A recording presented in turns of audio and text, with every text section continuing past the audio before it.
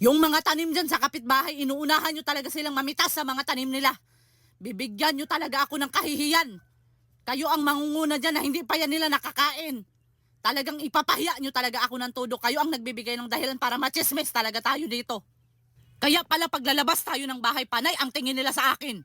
Kay kayo ang nagbibigay sa akin ng kahihiyan. Hindi na kayo nahihiya. Idadamay pa ninyo ang mga bata dyan. Tumatanda talaga kayo ng paurong.